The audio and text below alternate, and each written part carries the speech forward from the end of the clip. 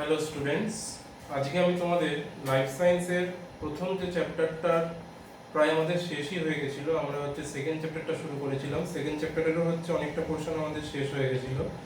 আমরা জনন থেকে আজকে কিছুটা শুরু করব। কাশীপুরের ক্লাসে হয়তো জননটাও কিছুটা এগিয়ে গেছিলো, তাও আমি আজকে জনন থেকেই শুরু করব। জনন মানে যে পদ্ধতিতে একটা জীব তার অনুরূপ আরেকটা নতুন জীব সৃষ্টি করে তাকে বলা হয় জনন। জননের ইংলিশ শব্দ রিপ্রোডাকশন। মানে নতুন করে যখন কোনো একটা জীব তার নিজের অনুরূপ একটা জীবকে উৎপন্ন করবে, সেই পদ্ধতিটাকে বলা হবে জনন।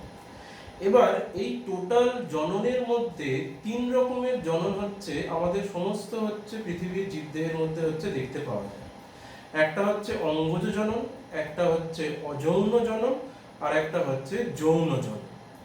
তো আমরা আজকে অঙ্গজ জনন আর অযৌন জননটা পড়ব। যৌন জননটা আমরা নেক্সট ভিডিওতে আমি তোমাদেরকে দিয়ে দেব। অঙ্গজ জনন মানে যে পদ্ধতিতে, দেখো অঙ্গজ নামটার মধ্যেই আছে যে পদ্ধতিতে একটা জীবের কোনো অঙ্গ থেকে যখন নতুন কোনো জীবের উৎপন্ন ঘটবে বা উৎপত্তি ঘটবে, সেই পদ্ধতিকে বলা হবে অঙ্গজ জনন। এবার এই অঙ্গজ জননের দেখো তিন রকমের ভাগ আমি করেছি। একটা প্রাকৃতিক, একটা দু রকমের ভাগ করা হয়েছে। একটা প্রাকৃতিক অঙ্গজ জনন আর একটা কৃত্রিম অঙ্গজ জনন। প্রাকৃতিক অঙ্গজ জনন মানে যে অঙ্গজ জননটা প্রকৃতির মধ্যে উদ্ভিদরা নিজেরাই করে থাকে, যার জন্য কোনো রকম আমাদের সাহায্যের দরকার পড়ে না। এই রকম প্রাকৃতিক অঙ্গজ জনন তিনটে উদ্ভিদের অংশের দ্বারা সংঘটিত হয়। একটা মূলের দ্বারা, কিছু কিছু উদ্ভিদ আছে যারা এই অঙ্গজ জননটা কাণ্ডের দ্বারা সংঘটিত করে, আবার কিছু কিছু উদ্ভিদ আছে যারা এই অঙ্গজ জননটা পাতার দ্বারা সংঘটিত করে থাকে। তো এরকম কিছু উদ্ভিদ যারা কাণ্ডের মাধ্যমে অঙ্গজ জননটা সংঘটিত করে থাকে, সেই রকম উদ্ভিদের কিছু এক্সাম্পলের মধ্যে একটা তোমাদের পরীক্ষায় খুব ইম্পর্টেন্ট, যেটা তোমাদের দিতে পারে যে এমন একটা উদ্ভিদের নাম বলো যে কাণ্ডের মাধ্যমে বা মূলের মাধ্যমে অঙ্গজনন করে থাকে। মূলের মাধ্যমে আমরা যে উদ্ভিদটার নাম পড়বো সেটা রাঙালু। তোমাদের সবারই বইতে এটা লেখা আছে, দেখতে পাবে যে রাঙালু এমন একটা উদ্ভিদ যে তার মূলের সাহায্যে বা তার মূলের একটি অংশ থেকে নতুন আরেকটা উদ্ভিদের সৃষ্টি হতে পারে। সেই জন্য রাঙালুকে আমরা মূলের মাধ্যমে প্রাকৃতিক অঙ্গজ জনন যে সমস্ত উদ্ভিদরা করে তার উদাহরণস্বরূপ আমরা পড়তে পারি। নেক্সট কাণ্ড। কিছু কিছু উদ্ভিদ আছে যারা ভূনিম্নস্থ কাণ্ড দেখায়। নরমালি কাণ্ডের ক্ষেত্রে কি হয় না, যে সমস্ত নরমালি কাণ্ড মাটির উপরে বর্তমান থাকে, দ্যাট ইজ বায়বীয়। কিছু কিছু কাণ্ড আছে অর্ধবায়বীয়। অর্ধবায়বীয় মানে কাণ্ডের কিছুটা অংশ মাটির নিচে থাকবে আর কিছুটা অংশ মাটির উপরে থাকবে। আর কিছু কিছু কাণ্ডের ক্ষেত্রে সম্পূর্ণ অংশটাই মাটির নিচের মধ্যে থাকবে। তো এই সমস্ত কাণ্ড যাদের সম্পূর্ণ অংশটাই মাটির নিচে বর্তমান থাকে, তাদেরকে বলা হয় ভূনিম্নস্থ কাণ্ড। এরকম কিছু ভূনিম্নস্থ কাণ্ডের ক্ষেত্রে মুকুল বা কাণ্ডের মধ্যে যে মুকুল বর্তমান থাকে, সেই সমস্ত কাণ্ডের মুকুল থেকে নতুন উদ্ভিদের সৃষ্টি হতে পারে। যেমন আলু, আদা, ওল, এরা কি ভূনিম্নস্থ কাণ্ড। পরীক্ষা দিতে পারে এমন একটি উদ্ভিদের নাম বলো যারা ভূনিম্নস্থ কাণ্ড, সেখানে তুমি কিন্তু আলু বা আদা বলতে পারো। একটু দেখে লিখবে, যদি রাঙালু বলে তাহলে সেটা কিন্তু মূলের উদাহরণ হয়ে যাচ্ছে, আর যদি আলু থাকে তাহলে কিন্তু সেটা কাণ্ড। এবার কাণ্ডের মধ্যে দেখো দু রকমের আমি বোর্ডের মধ্যে করেছি। একটা ধাবক আর একটা খর্বধাবক। ধাবক আর খর্বধাবকের উদাহরণ তোমরা যদি শোনো তাহলে তোমরা ব্যাপারটা ভালো বুঝতে পারবে। ধাবক শুষ্নি শাক, আর খর্বধাবক যেটা সেটা কচুরিপানা। খর্বধাবক মানে যারা জলজ উদ্ভিদ, কিন্তু জলজ উদ্ভিদের কাণ্ডটা কিছুটা অংশ জলের মধ্যে নিমজ্জিত থাকবে আর বা কিছুটা অংশ কাণ্ড জলের উপরে বর্তমান থাকবে। এবার চলে আসি পাতার দ্বারা। কিছু কিছু উদ্ভিদ আছে যারা তাদের পাতার সাহায্যে নতুন উদ্ভিদের সৃষ্টি করে থাকে। এরকম উদ্ভিদের উদাহরণ পাথরকুচি। পাথরকুচি এমন একটা উদ্ভিদ যে তার পাতা থেকে, পাতায় উপস্থিত পত্রজ মুকুল, বইতে তোমরা অবশ্যই পাবে শব্দটা, পত্রজ মুকুল, সেই পত্রজ মুকুলের মাধ্যমে নতুন উদ্ভিদের উৎপত্তি ঘটাবে। তাই এখানে হচ্ছে তিনটে হচ্ছে দেখো প্রাকৃতিকের মধ্যে আমরা করেছি মূল, কাণ্ড আর একটা হচ্ছে পাতা। প্রত্যেকটার উদাহরণও হচ্ছে আমি মেন যেগুলো সেগুলো হচ্ছে আমি লিখে দিয়েছি। এবার হচ্ছে আমরা চলে আসব কৃত্রিম অঙ্গজননের ক্ষেত্রে। কৃত্রিম অঙ্গজনন মানে যেই অঙ্গজননটা প্রকৃতিতে সাধারণভাবে উদ্ভিদরা করবে না, যেটা হচ্ছে আমাদেরকে কৃত্রিমভাবে বৈজ্ঞানিক উপায় গবেষণাগারে বা হচ্ছে ল্যাবরেটরিতে আমরা সেইটাকে হচ্ছে করব। এবার এর হচ্ছে আবার দু রকমের পদ্ধতি হয় কৃত্রিম অঙ্গজননের ক্ষেত্রে। একটা হচ্ছে জোড় কলম আর একটা হচ্ছে শাখা কলম। শাখা কলম আর জোড় কলমের মধ্যে তোমরা শাখা কলমটা সবাই বাড়িতে হচ্ছে দেখে থাকবে। শাখা কলম মানে কিছু কিছু উদ্ভিদ আছে যাদের হচ্ছে কাণ্ডের কিছুটা অংশ যদি আমরা কেটে কোনো নরম মাটিতে বা হচ্ছে নরম কোনো হচ্ছে জায়গায় পুঁতে দিই, তাহলে সেই কাণ্ড থেকে কিন্তু একটা নতুন উদ্ভিদের হচ্ছে সৃষ্টি হয়ে থাকে। কারণ সেই কাণ্ডের মধ্যে উপস্থিত যে হচ্ছে কাক্ষিক মুকুলগুলো, সেই কাক্ষিক মুকুল থেকে হচ্ছে নতুন উদ্ভিদের হচ্ছে সৃষ্টি হয়। তাহলে হচ্ছে শাখা কলম বা হচ্ছে কাটিং মানে কি, শাখা একটা উদ্ভিদের হচ্ছে কোনো অংশ, সেটা হচ্ছে কাণ্ডের অংশ, সেটা তুমি কেটে তুমি হচ্ছে মাটির মধ্যে হচ্ছে জাস্ট পুঁতে দেবে, সেইখান থেকে নতুন একটা উদ্ভিদের হচ্ছে সৃষ্টি হবে। সেই পদ্ধতিকে বলা হবে হচ্ছে শাখা কলম। গোলাপ, লেবু, আম, জাম এই সমস্ত উদ্ভিদদের ক্ষেত্রে সাধারণত শাখা কলম দেখা যেতে পারে। তোমরা উদাহরণগুলো বইতে হচ্ছে পাবে। নেক্সট হচ্ছে জোড় কলম বা হচ্ছে গ্রাফটিং। এইটা একটা খুব গুরুত্বপূর্ণ হচ্ছে পদ্ধতি কৃত্রিম অঙ্গজননের ক্ষেত্রে, যেটা হচ্ছে সাধারণত হাইব্রিড উদ্ভিদ গঠনের ক্ষেত্রে করা হয়ে থাকে। এখানে কি করা হয়, দুখানা হচ্ছে উদ্ভিদ নেওয়া হয়, যেই দুখানা উদ্ভিদকে সম প্রজাতিভুক্ত হতে হবে, সেই দুখানা উদ্ভিদের কাণ্ডের কিছুটা অংশ করে হচ্ছে কাটা হয়। এবার একটা উদ্ভিদের কাণ্ডকে আর একটা উদ্ভিদের হচ্ছে কাণ্ডের সাথে যুক্ত করা হবে। এবার একটা উদ্ভিদের কাণ্ড থাকবে আর একটা উদ্ভিদের হচ্ছে মূল থাকবে।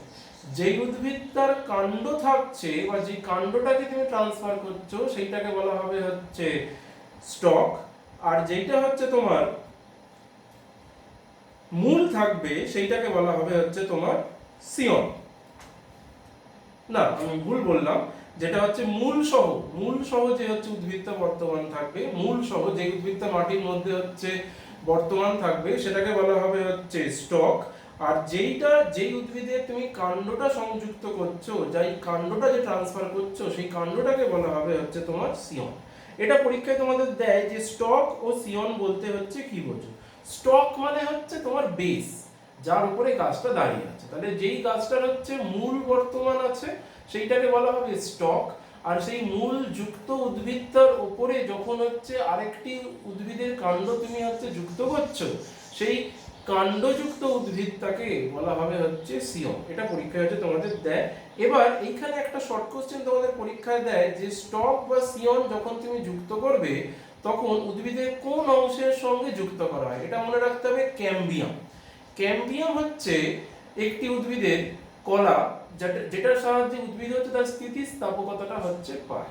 এবার যখনই হচ্ছে একটা উদ্ভিদকে আর একটা উদ্ভিদের সঙ্গে তুমি সংযুক্ত করছো, সবসময় হচ্ছে মনে রাখতে হবে উদ্ভিদটার ক্যাম্বিয়ামের সঙ্গে তুমি আরেকটা উদ্ভিদের ক্যাম্বিয়ামকে কিন্তু সংযুক্ত করছো। পরীক্ষাটা দেয় যে জোড় কলমের ক্ষেত্রে একটি উদ্ভিদের সাথে আরেকটা উদ্ভিদের কি সংযুক্ত করা হয়, সেটা উত্তর হবে কিন্তু হচ্ছে ক্যাম্বিয়াম। এবার নেক্সট যে আমরা আরেকটা ইম্পর্টেন্ট জিনিস পড়বো সেটা হচ্ছে মাইক্রো প্রপাগেশন, বা হচ্ছে তোমাদের বইতে হয়তো সম্ভবত বাংলায় লেখা থাকবে অণুবিস্তার। অণুবিস্তারণ মানে হচ্ছে এটা একটা বৈজ্ঞানিক পদ্ধতি, যেই পদ্ধতির সাহায্যে খুব ক্ষুদ্র আকারে হচ্ছে কোনো কোষ বা হচ্ছে কলা থেকে তুমি নতুন হচ্ছে একটা উদ্ভিদের হচ্ছে সৃষ্টি করতে পারবে। এক্ষেত্রে দেখো নামটার মধ্যেই লুকিয়ে আছে মাইক্রো প্রপাগেশন বা অণু বিস্তারণ। অণু মানে হচ্ছে একটা ক্ষুদ্র হচ্ছে কোনো অংশ, সেইটা পরবর্তীকালে বিভাজিত হতে হতে নতুন উদ্ভিদের সৃষ্টি করবে। এখানে প্রথমেই যেটা করা হয় সেটা হচ্ছে একটি উদ্ভিদের হচ্ছে অগ্রজ মুকুল বা কাক্ষিক মুকুল, যেখানে হচ্ছে সাধারণত ভাজক কলা বর্তমান আছে, সেই হচ্ছে অংশটাকে একটা উদ্ভিদের নেওয়া হয়। সেই অংশটাকে, খুবই ছোট অংশ এটা, অগ্রজ মুকুল বা হচ্ছে কাক্ষিক মুকুল, সেটাকে একটি টেস্ট টিউবের মধ্যে, যেখানে হচ্ছে দ্রবণ, একটা হচ্ছে পুষ্টি দ্রবণ হচ্ছে রাখা আছে, সেই দ্রবণের মধ্যে হচ্ছে সেটাকে স্থানান্তরিত করা হয় এবং সেখানে হচ্ছে পর্যাপ্ত পরিমাণে আলো, উষ্ণতা এগুলো বজায় রাখা হয় এবং সেই যে অগ্রজ ভাজক কলার অংশটা বা কাক্ষিক ভাজক কলার অংশটা সেটাকে হচ্ছে বিভাজনে সাহায্য করা। এইখানে পরপর স্টেপগুলো তোমাদের মনে রাখতে হবে। অগ্রজ মুকুল থেকে যেই অংশটা তুমি হচ্ছে অগ্রজ মুকুলের যে অংশটা তুমি হচ্ছে টেস্ট টিউবে নিলে সেইটা বিভাজিত হয়ে যেই হচ্ছে গঠনটা তৈরি করবে তাকে বলা হবে হচ্ছে ক্যালাস। ক্যালাস আর কিছুই না, ক্যালাস হচ্ছে কোষপুঞ্জ, মানে অনেকগুলো কোষ হচ্ছে একসাথে সংযুক্ত হয়ে যে কোষপুঞ্জটা হচ্ছে গঠন করছে তাকেই বলা হবে হচ্ছে ক্যালাস। ক্যালাসের কোষপুঞ্জগুলো পরবর্তীকালে আরো ক্রমশ বিভাজিত হতে হতে যে হচ্ছে কোষপুঞ্জটা সৃষ্টি করবে তাকে বলা হবে এমব্রয়েড। এই এমব্রয়েডের পরবর্তীকালে হচ্ছে প্লান্টলেট, যেটাকে হচ্ছে আমরা বলবো হচ্ছে চারা গাছের পূর্ববর্তী স্টেপ। তারপরে এই প্লান্টলেট গুলোকে আমরা হচ্ছে যদি হচ্ছে ছোট কোনো জমিতে হচ্ছে স্থানান্তরিত করি, সেখান থেকে হচ্ছে নতুন চারা গাছের সৃষ্টি হবে। তাহলে সেক্ষেত্রে হচ্ছে তোমাদেরকে পরপর হচ্ছে মাইক্রো প্রপাগেশনের স্টেপগুলো হচ্ছে মনে রাখতে হচ্ছে। প্রথমে হচ্ছে একটা উদ্ভিদের অগ্রজ মুকুল বা কাক্ষিক মুকুল যেখানে ভাজক কলা বর্তমান আছে সেটাকে সংগ্রহ করছো, সেটাকে হচ্ছে তারপর পুষ্টিদ্রব্যে হচ্ছে স্থানান্তরিত করছো, সেখানে হচ্ছে ক্যালাস গঠন হচ্ছে, ক্যালাস থেকে এমব্রয়েড, এমব্রয়েড থেকে হচ্ছে প্লান্টলেট, প্লান্টলেটে হচ্ছে আরেকটু উন্নত যেখানে হচ্ছে বিভিন্ন কোষগুলো কলা গঠন করেছে, সেই প্লান্টলেট থেকে হচ্ছে নতুন চারা গাছের সৃষ্টি হবে। নেক্সট চলে যাব হচ্ছে আমরা অযৌন জননের ক্ষেত্রে। অঙ্গজ জননের মধ্যে আর কোনো হচ্ছে কিছু বাকি নেই, আমরা হচ্ছে প্রাকৃতিক অঙ্গজ জনন, কৃত্রিম অঙ্গজ জনন প্লাস হচ্ছে অনুবিস্তরণ, যেটা হচ্ছে বৈজ্ঞানিক উপায়ে নতুন হচ্ছে একই বৈশিষ্ট্য সম্পন্ন বা হচ্ছে অধিক গুণ সম্পন্ন কোনো হচ্ছে উদ্ভিদ আমরা সৃষ্টি করতে পারি মাইক্রো প্রপাগেশনের মাধ্যমে। নেক্সট চলে যাব হচ্ছে আমরা অযৌন জননের ক্ষেত্রে। অযৌন জনন মানে হচ্ছে যেই জনন পদ্ধতিতে রেণু উৎপাদনের মাধ্যমে হচ্ছে একটা জীব থেকে আরেকটা জীবের হচ্ছে সৃষ্টি হবে। রেণু উৎপাদন বা কিছু কিছু জীবের ক্ষেত্রে দেখা যায় যে হচ্ছে তারা নিজের দেহাংশ থেকে নতুন জীবের হচ্ছে সৃষ্টি হচ্ছে, কিন্তু এখানে সবসময় মনে রাখতে হবে এখানে কিন্তু গ্যামেট গঠন হবে না। গ্যামেট মানে শুক্রাণু বা হচ্ছে ডিম্বাণু, যেটা যৌন জননের ক্ষেত্রে আমরা দেখবো যেখানে হচ্ছে গ্যামেট গঠিত হয়। অযৌন জননের ক্ষেত্রে কিন্তু কখনোই গ্যামেট গঠন হবে না। পরীক্ষা এটা দেয় যে এমন একটা জনন পদ্ধতির নাম বলো যেখানে রেণু উৎপাদনের মাধ্যমে হচ্ছে নতুন জীবের আবির্ভাব ঘটে, এটা সবসময় কিন্তু অযৌন জনন হবে। এবার কিছু কিছু হচ্ছে অযৌন জননের আমরা এখানে কয়েকটা প্রকারভেদ করব। প্রথমেই যেটা করব সেটা হচ্ছে বিভাজন। কিছু নিম্ন হচ্ছে প্রাণী আছে যেমন অ্যামিবা আর একটা হচ্ছে প্লাজমোডিয়াম, যারা হচ্ছে বিভাজন পদ্ধতিতে হচ্ছে একটা হচ্ছে জীব থেকে আরেকটা জীবের সৃষ্টি ঘটায়। বিভাজন এখানে হচ্ছে বিভাজন, আরেকটা হয় হচ্ছে এক রকমের বিভাজন হয় দ্বিবিভাজন, আর একটা হয় হচ্ছে বহু বিভাজন। অ্যামিবা যেটা করে সেটা হচ্ছে দ্বিবিভাজন, আর প্লাজমোডিয়াম, প্লাজমোডিয়াম কার পরজীবী? প্লাজমোডিয়াম হচ্ছে ম্যালেরিয়া, ম্যালেরিয়া রোগের হচ্ছে পরজীবীটা হচ্ছে প্লাজমোডিয়াম ভাইভ্যাক্স, ঠিক আছে, এটা একটা প্রোটোজোয়া। তো অ্যামিবা যেই পদ্ধতিতে হচ্ছে বিভাজিত হয় তাকে বলা হবে দ্বিবিভাজন, মানে একটা অ্যামিবা থেকে বিভাজিত হয়ে দুটো অ্যামিবার হচ্ছে সৃষ্টি হয়। আর প্লাজমোডিয়াম যেটা হয় সেটা হচ্ছে বহু বিভাজন। এখানে দুটো দশার নাম করতে হবে, তোমাদের বইতে আছে, একটা হচ্ছে মেরোজয়েড আর একটা হচ্ছে সাইজয়েড। যখন হচ্ছে একটা হচ্ছে কোষ বিভাজিত হয়ে অনেকগুলো হচ্ছে নিউক্লিয়াস যুক্ত একটি কোষ গঠন করবে, অনেকগুলো নিউক্লিয়াস যুক্ত একটি কোষ গঠন করবে, তখন সেই দশাটাকে বলা হবে হচ্ছে সাইজন্ট দশা। একটা কোষের মধ্যে অনেকগুলো নিউক্লিয়াস, তখন প্রতিটি হচ্ছে সাইজন, প্রতিটি নিউক্লিয়াস তার পার্শ্ববর্তী সাইটোপ্লাজমকে নিয়ে মুক্ত হবে ও নতুন জীবের উৎপত্তি ঘটবে। তাহলে একটা দেখলাম হচ্ছে দ্বিবিভাজন ব্যাকটেরিয়ার ক্ষেত্রে, একটা হচ্ছে বহু বিভাজন প্লাজমোডিয়ামের ক্ষেত্রে। নেক্সট দেখবো হচ্ছে আমরা কোরকোদ্গম। কোরকোদ্গম হচ্ছে ইস্ট বা হচ্ছে হাইড্রার ক্ষেত্রে দেখতে পাওয়া যায় হচ্ছে কোরকোদ্গম। ইস্ট হাইড্রা এরা হচ্ছে সাধারণত কোরকোদ্গমের মাধ্যমে অযৌন জনন সম্পন্ন করে। কোরকোদ্গমে আমরা কি দেখবো না কোরক। কোরক কি না, কোরক হচ্ছে প্রতিটা জীবের দেহের একটি হচ্ছে এক্সট্রা কোনো পার্ট বা কোরক, যেটাকে হচ্ছে বার্ড বলা হয়। হাইড্রা বা হচ্ছে ইস্ট এরা দেহের হচ্ছে থেকে একটি আউটগ্রোথ বা হচ্ছে এক্সট্রা কোনো হচ্ছে অংশ গঠন করে, সেই কোরকটা হচ্ছে পরবর্তীকালে দেহ থেকে হচ্ছে বিচ্ছিন্ন হয়ে গিয়ে পরবর্তীকালে নতুন হচ্ছে জীবের উৎপত্তি ঘটায়। নেক্সট যেটা আমরা করব খণ্ডী ভবন, যেটা হচ্ছে স্পাইরোগাইডার ক্ষেত্রে দেখতে পাওয়া যায়।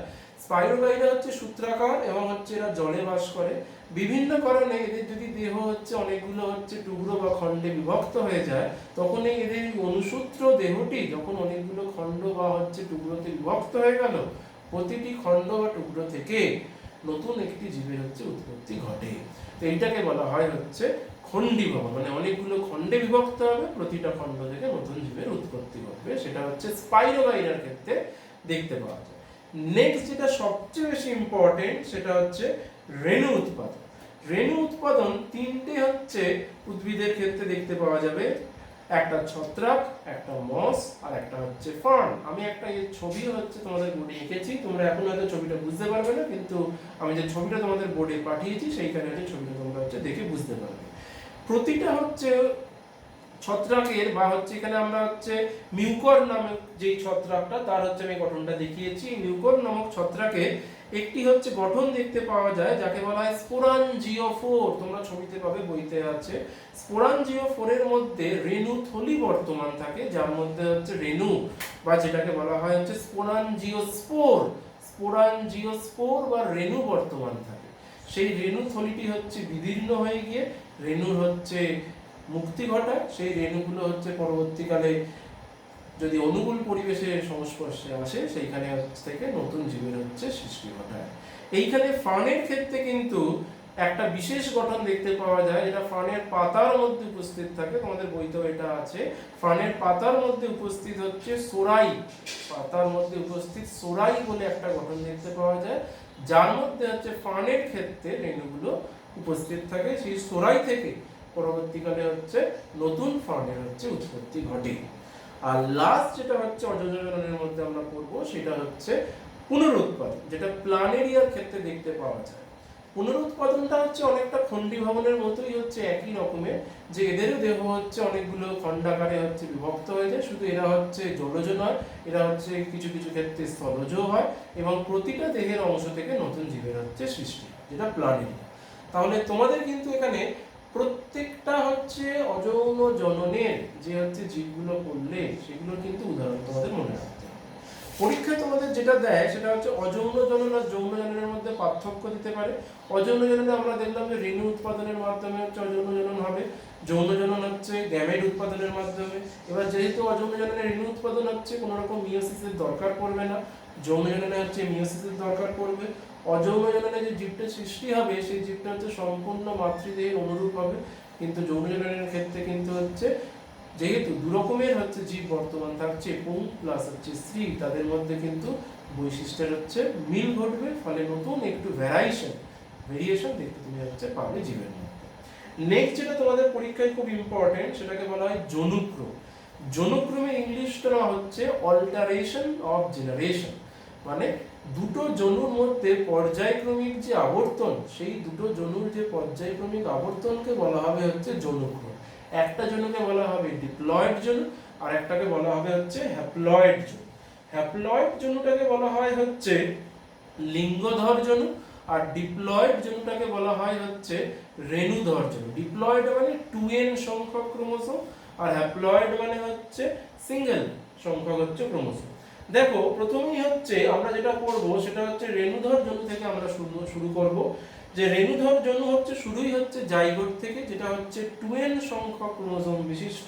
সেই জাইগোটটা পরবর্তীকালে মাইটোসিস পদ্ধতিতে বিভাজিত হয়ে রেণুস্থলী গঠন করে, যে রেণুথলির মধ্যে অসংখ্য হচ্ছে রেণু মাতৃকোষ বর্তমান থাকে। এরা প্রত্যেকেই কিন্তু হচ্ছে ডিপ্লয়েড সংখ্যক ক্রোমোসোম বিশিষ্ট। এই রেণু মাতৃকোষটা কিন্তু পরবর্তীকালে এবার মিওসিসে হচ্ছে অংশগ্রহণ করে। মিওসিস মানেই আমরা জানি যে ক্রোমোসোম সংখ্যার হচ্ছে রিডাকশন ঘটবে, অর্ধেক হয়ে যাবে, ফলে রেণু মাতৃকোষ থেকে কিন্তু অর্ধেক বা n সংখ্যক ক্রোমোসোম বিশিষ্ট রেণু উৎপন্ন হয়। সেই রেণুটা থেকে কিন্তু হচ্ছে লিঙ্গধর জনু উৎপন্ন হবে। লিঙ্গধর জনু দুটো ভাগে বিভক্ত হয়ে যাবে, একটা হচ্ছে পুংধানী আর একটা হচ্ছে স্ত্রীধানী। এরা প্রত্যেকে কিন্তু হ্যাপ্লয়েড বা n সংখ্যক ক্রোমোসোম বিশিষ্ট, যারা পরবর্তীকালে মিলিত হয়ে আবার পুনরায় জাইগোট গঠিত হবে। তাহলে এইভাবে দেখো হচ্ছে লিঙ্গধর জনু আর হচ্ছে রেণুধর জনু, এদের মধ্যে একটা পর্যায়ক্রমিক আবর্তন সংঘটিত হচ্ছে। এটা ফার্নের ক্ষেত্রে হচ্ছে দেখতে পাওয়া যায়। এই যে লিঙ্গধর জনু ও রেণুধর জনু, এদের মধ্যে যে পর্যায়ক্রমিক আবর্তন, এই আবর্তনটাকেই বলা হয় হচ্ছে জনুক্রম। তোমাদের পরীক্ষায় দেবে জনুক্রম কাকে বলে, আর ফার্নের জনুক্রমটি একটি শব্দচিত্রের সাহায্যে হচ্ছে দেখা, সেটা তোমাদেরকে এরকম ভাবে এঁকে হচ্ছে দেখাতে হবে। তাহলে তোমরা যেই প্রশ্নগুলো হচ্ছে পড়বে বই থেকে, সেটা হচ্ছে অযৌন জননের বিভিন্ন প্রকারভেদগুলো পড়ছো, তাদের হচ্ছে প্রত্যেকটার হচ্ছে উদাহরণ পড়বে, কোন হচ্ছে জীব কোন অযৌন জননের পদ্ধতিতে হচ্ছে জীবের বিস্তার ঘটায়। নেক্সট হচ্ছে অঙ্গজনন। অঙ্গজননের মধ্যে হচ্ছে পড়ছো প্রাকৃতিক, কৃত্রিম। প্রাকৃতিকের মধ্যে কোন উদ্ভিদরা মূল দিয়ে, কোন উদ্ভিদ পাতা, কোন উদ্ভিদ কাণ্ড দিয়ে। কৃত্রিমের মধ্যে স্টক কাকে বলে, সিয়ন কাকে বলে, মাইক্রো প্রোপাগেশন কাকে বলে, মাইক্রো প্রোপাগেশনের গুরুত্ব কি, গুরুত্বটা আমি ক্লাসে তোমাদের হচ্ছে লিখিয়ে দেবো। নেক্সট হচ্ছে পড়তে হবে হচ্ছে আমাদের জনুগ্রহণ, যেটা হচ্ছে লাস্টে পড়ালাম সেইটা। তো আজকে হচ্ছে আমরা অঙ্গজনন আর অজনজননটা হচ্ছে পড়লাম। নেক্সট ভিডিওতে আমি হচ্ছে ফুলের যে বিভিন্ন অংশগুলো সেগুলো হচ্ছে আমি পড়াবো, প্লাস হচ্ছে ফুলের কিভাবে হচ্ছে যৌনজনন সংঘটিত হয় সেই সম্পর্কে হচ্ছে আমরা নেক্সট ক্লাসে হচ্ছে পড়বো। আশা করি তোমাদের ভিডিওটা পছন্দ হয়েছে। যদি ভিডিওটা পছন্দ হয়ে থাকে তাহলে হচ্ছে লাইক করো, শেয়ার করো আর হচ্ছে সাবস্ক্রাইব করো। Thank you.